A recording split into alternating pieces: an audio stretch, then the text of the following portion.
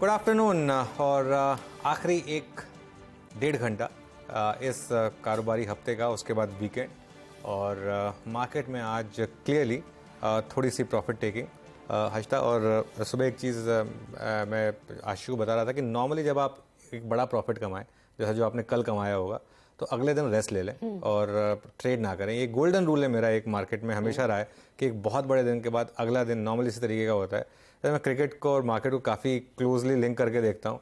तो जब भी सेंचुरी बनाते हैं तो आप थोड़ा सा एक फ्रेश गार्ड लेते हैं, और अगर तुरंत के तुरंत एक और शॉट मारने जाए तो उस चक्कर में 100 पे कई बार आउट होते हैं। तो इसके लिए आज बिल्कुल वही हुआ।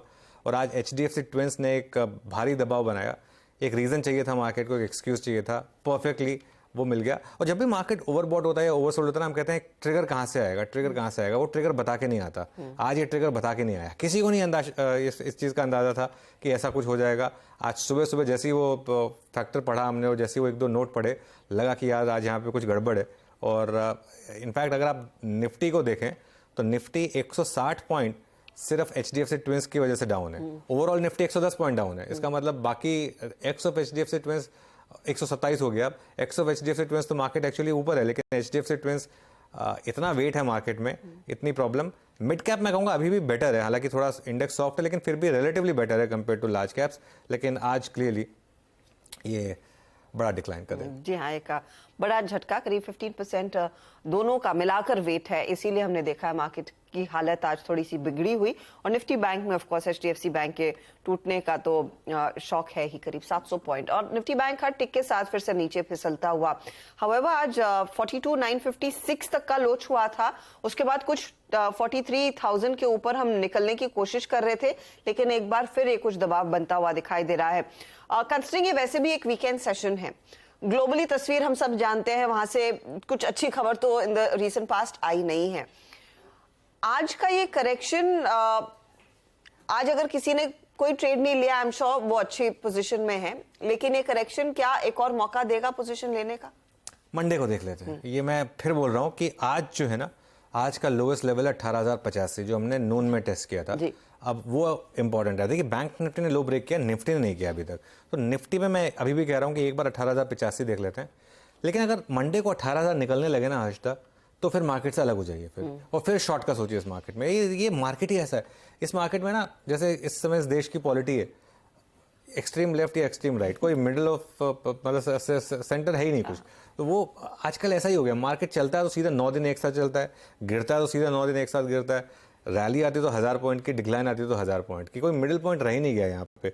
तो इसके लिए मुझे लग रहा है कि देख लें आज मैं फिर कहूँगा अपने अगले डेढ़ घंटे में किसी भी ट्रेडिंग टेम्पटेशन से बचें। इंडेक्स में इंडिविजुअल स्टॉक्स की हम अभी डिस्कशन करेंगे, और उसके बाद मंडे की ट्रेड उस पर फोकस करें। बैंक निफ्टी बहुत इंटरेस्टिंग है। एक बार जरा बैंक निफ्टी का कॉन्ट्रीब्यूशन लेकर आइए आप। बैंक निफ्टी जितना डाउन है वो सारा का सारा HDFC बैंक की वजह से डाउन है। इनफैक्ट 800 पॉइंट का ड्रैग है सिर्फ HDFC बैंक की वजह से। ये 700 पॉइंट नीचे बैंक निफ्टी, और उसमें 794 पॉइंट तो HDFC बैंक कंट्रीब्यूट कर रहा है। बाकी के सारे जितने बैंक हैं वो सब अच्छा कर रहे हैं, किसी ने प्रॉब्लम नहीं दिखाई। इनफैक्ट 206 पॉइंट का कंट्रीब्यूशन है। लेकिन ये होता है ना, जिसे कहते हैं ना टू एज सोर्ड, जब चलती हैं चीज़ें। कल यही हमको HDFC बैंक नहीं, वो हमारी जो कॉल थी उसमें मुनाफा कमा के दिया था, क्योंकि वो लास्ट का पूरा मूव HDFC ट्विंस की वजह से आया था। आज उसकी वजह से गिर गया, तो ठीक है, take some good, take some bad. अब 42,800 वो जो ट्रेलिंग स्टॉप लॉस रहा है बैंक निफ्टी में, वो सबसे अहम है हश्ता। उसके नीचे अगर आप निकलने लगे ना, फिर बैंक निफ्टी से भी बाहर होगी। एक व्यू है कि ऑल टाइम हाई की तरफ जाना था मार्केट को, लेकिन उससे पहले एक झटका दे सकता है बैंक निफ्टी, ये भी बात हुई थी। लेकिन वो झटका इतनी जल्दी आएगा और एक झटके में आ जाएगा, ऐसा हो रहा है। एक पास HDFC ट्विंस पर मैं एक बात बोलूँगा, ये जो है ना HDFC ट्विंस, ये इसमें सबसे ज़्यादा इंपैक्ट पोजीशनिंग का है। इतनी स्ट्रांग पोजीशनिंग हो गई थी HDFC ट्विंस की। यही न्यूज़ अगर पिछले हफ्ते आई होती तो स्टॉक 2-3% गिरता, इतना नहीं गिरता, 5%। जैसे मैं सुबह सोचा था कि 2-2.5% गिरना चाहिए, लेकिन 5-5.5% गिर गया ये। अल्टीमेटली वो पैसा आएगा, ऐसा नहीं कि वो पैसा नहीं आएगा, क्योंकि वो MSCI का अल्टीमेटली तो एडजस्टमेंट होना है, अल्टीमेटली तो इन्होंने मर्ज होना है, वो होना है।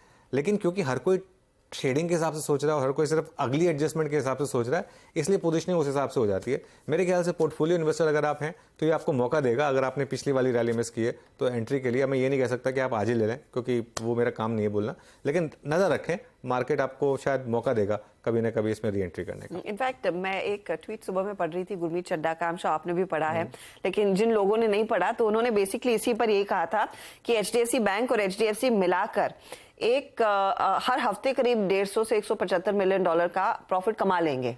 और आज आप उतना का ही आउटफ्लो होने वाला है, उस पर इतना अग्रेसिव रिएक्शन दिखा रहे हैं। वो सब हमारी मार्केट में सब चीज़ें बहुत जल्दी हो रही है। हमारी मार्केट में ना एक जैसे बिल्कुल हमारी क्या हर मार्केट में ऐसा होता है, ये एक ही दिन में पूरा रिएक्शन आ जाता है। एज इफ 175 मिलियन आज ही चला गया, ऐसा नहीं हुआ है। एक्चुअली 175 मिलियन जाने से ज़्यादा का जो गम है वो 3 बिलियन ना आने का। वो मेरे ख्याल से 175 या जितना 150 मिलियन जो भी है वो एक छोटा नंबर है। मेरे ख्याल 3 बिलियन बड़ा नंबर था कि 3 बिलियन आएगा, वो उसका बड़ा डर है। लेकिन ठीक है, जैसा मैं कह रहा हूँ, ये एक हाइंडसाइट में आप देखेंगे तो मौका मिलेगा। आप देखिए, अगर आप हाइंडसाइट में देखें तो पिछले 2-3 साल में एचडीएफसी बैंक चिल्ला के बोल रहा था कि मुझे अब ले लीजिए आप, आपने लिया नहीं, फिर ऑल टाइम हाई पर आया और इस साल तो एक्चुअली सबसे बेस्ट परफॉर्मिंग स्टॉक भी रहा है। ये सब चीज़ें आती रहती हैं मार्केट में, ये सब फेजेस हैं। और इस फेज को फिर कुछ और